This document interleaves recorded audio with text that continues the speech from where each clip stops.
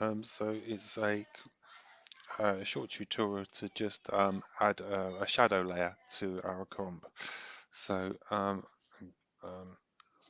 here in Nuke is a basic comp of our scene so far, which includes a render of the 3D environment, um, the, the the the the key light chroma key of the footage, okay, and it also includes an overlay of the railing, which is over the top of the footage. So that's like a render from 3D of just the overlay area image. Okay.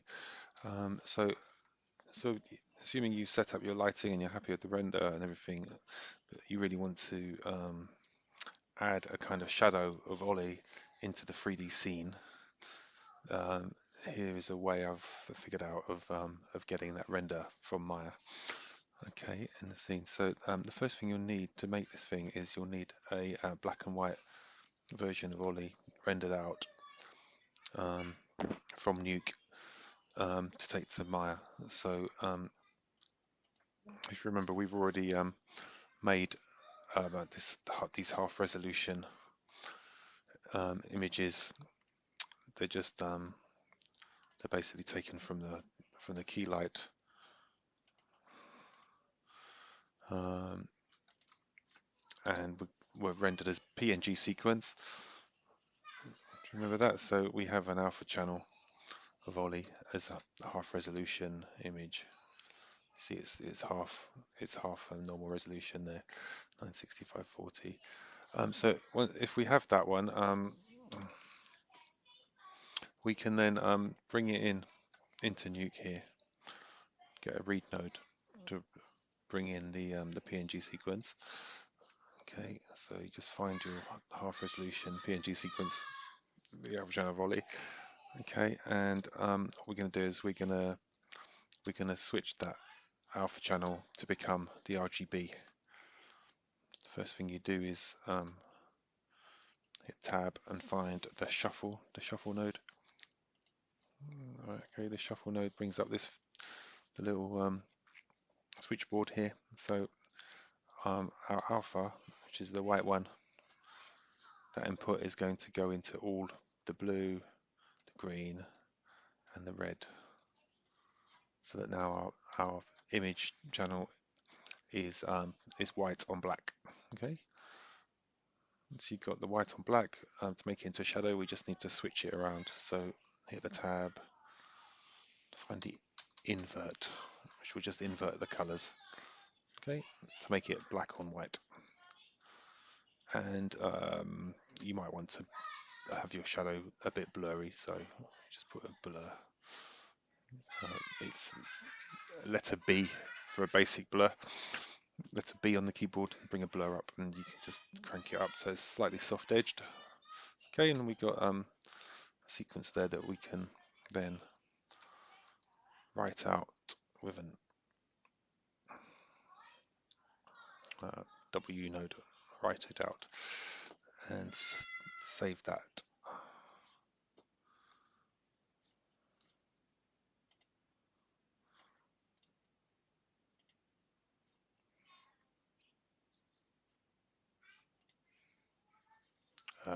Find your location and save it out as it can be a JPEG sequence. It doesn't matter what format. It's a small JPEG sequence we find. So find a location to save it out. Okay. Okay. So once you have that, we can switch to Maya. So find our Maya scene. Hold on. So here's our Maya scene.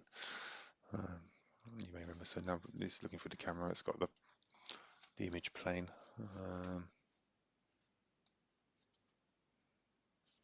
Going to use the two views, two perspective views, so we can keep our camera view in there, and we'll look at our other perspective view in this other window. Okay, just press 6 to see that, and just zoom out. So now we got one perspective view to navigate in, and one looking through the camera, so we can see what's happening. Okay.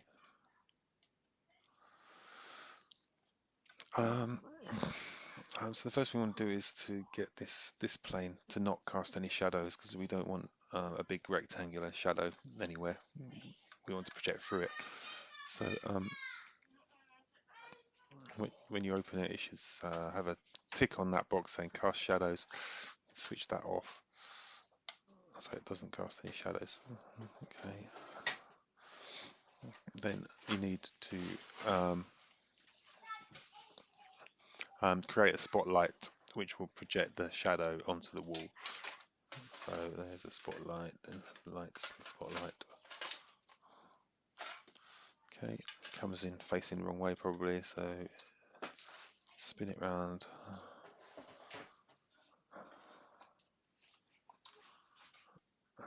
And you're basically going to sort of aim it to go right through him. Just going to make that bigger so you can see.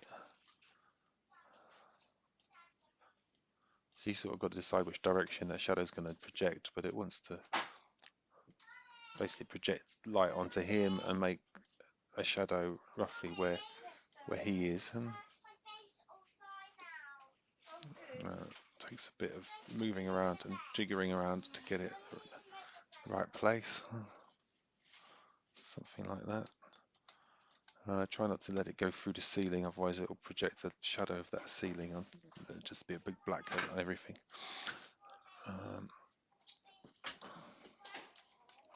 Okay, so that's about right. So then you need to switch to the Maya software renderer. You don't need Arnold or anything else for this, just a simple Maya software render for this. Okay, you can turn it up to higher quality.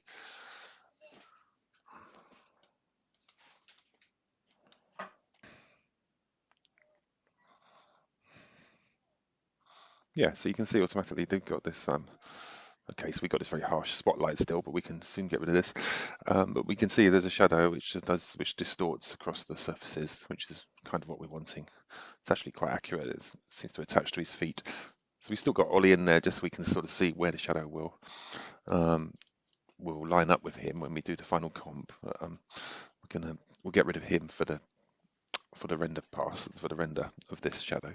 But yeah, if that shadow is more or less right, maybe it'd be nice if it was a bit bigger, so I'll try and make it a bit bigger, maybe more on the wall, and yeah, and we'll lose this spotlight effect. So the next thing to do, so we can just select the light to go in the other view. And we got a cone angle here, so we can make that bigger. That should make the shadow bigger too. Maybe 80, and then this makes a fall off for the shadow, so it's not a hard edge. So we can make that 50 something as well, and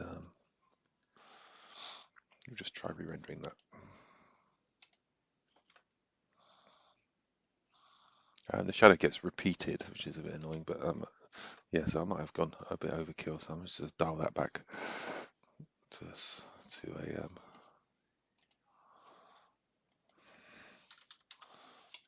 60 and 20, say, and just try again. Okay, so I just spent 10 to 15 minutes jigging the light around back and forwards, making the cone bigger, just till I got the shadow more or less where I wanted, and I got rid of the repeat shadows around the edges. So this this kind of thing will do. It doesn't join up to his feet exactly down here, but we'll probably just use a soft-edged garbage mat in the final comp to sort of fade it away where it doesn't make sense in some places. But I quite like the main shadow on the wall there, so that will probably work quite well. So yeah, we need to get a render of this out now. So to do that, we need to change a few things. We really want to just render out a black and white image of this scene, which we can use over in Nuke. So you'll save your scene as whatever your file is called, and call it shadow or something.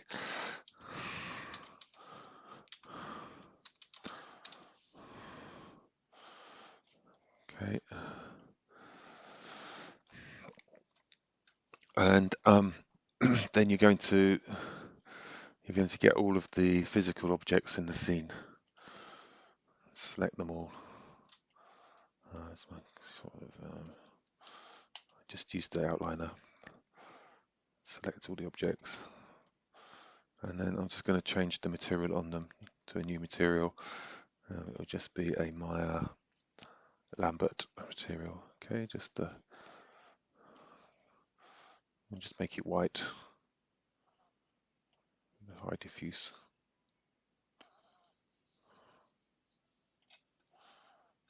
Okay, and then we'll get the panel with Ollie on, and we'll just hide that. So press H to hide that away. We won't need that anymore. So our shadow is in the projection of the spotlight. So as long as that's still there. Okay, so we'll just have a quick look at that.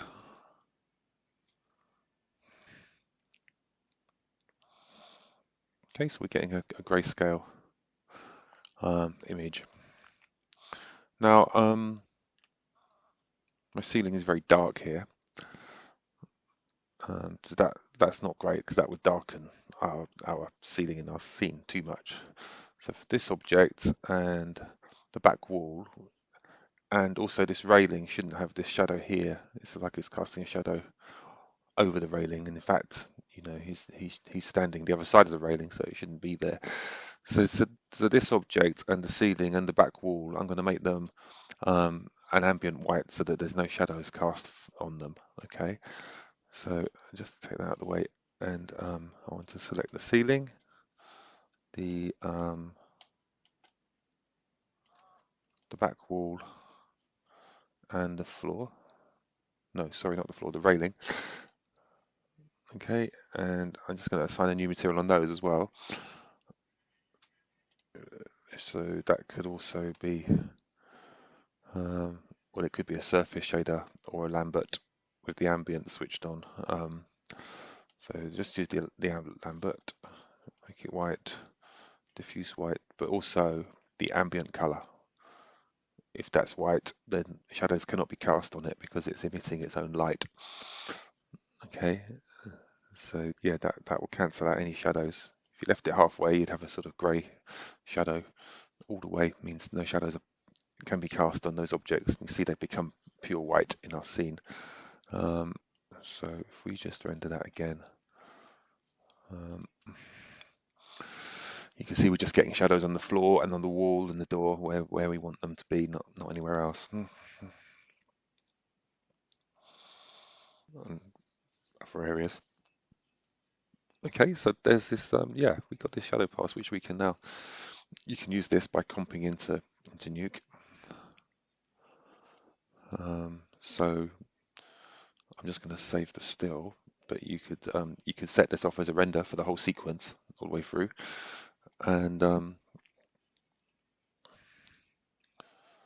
then take it to Nuke. So I'm just gonna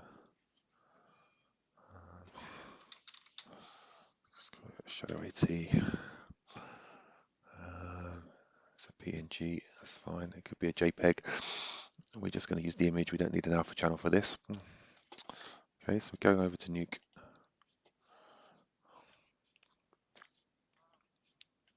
And make it a read node. Okay, here it is. So now I've got this shadow pass, which we should be able to put on right at the end of our comp is here so far. That background is quite dark. It's just going to lighten up the actual background a bit.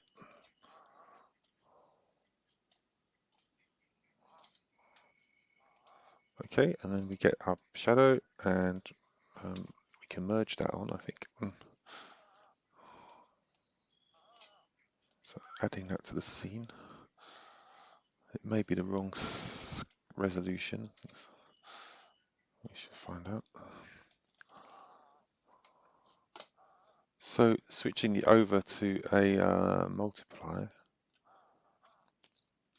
we can immediately see our shadow appear. Yeah.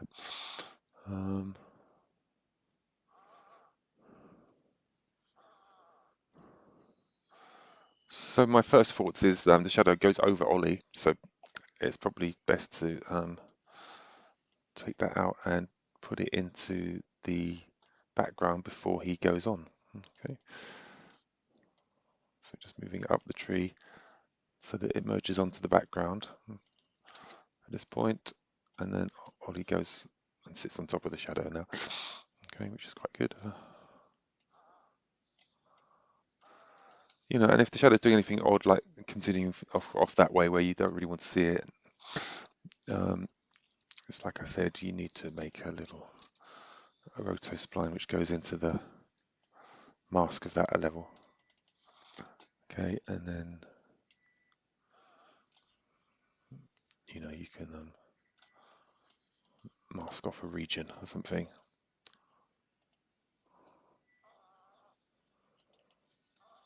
Just invert that the wrong way around. Where is that? Somewhere here. I'm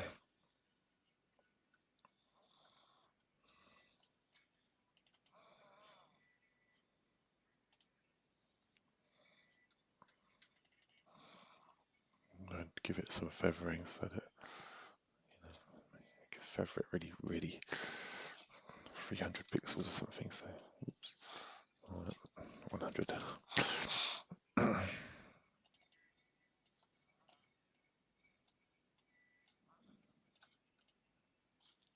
Okay, and yeah, and that will animate convincingly, and it will distort convincingly against the floors of the surfaces.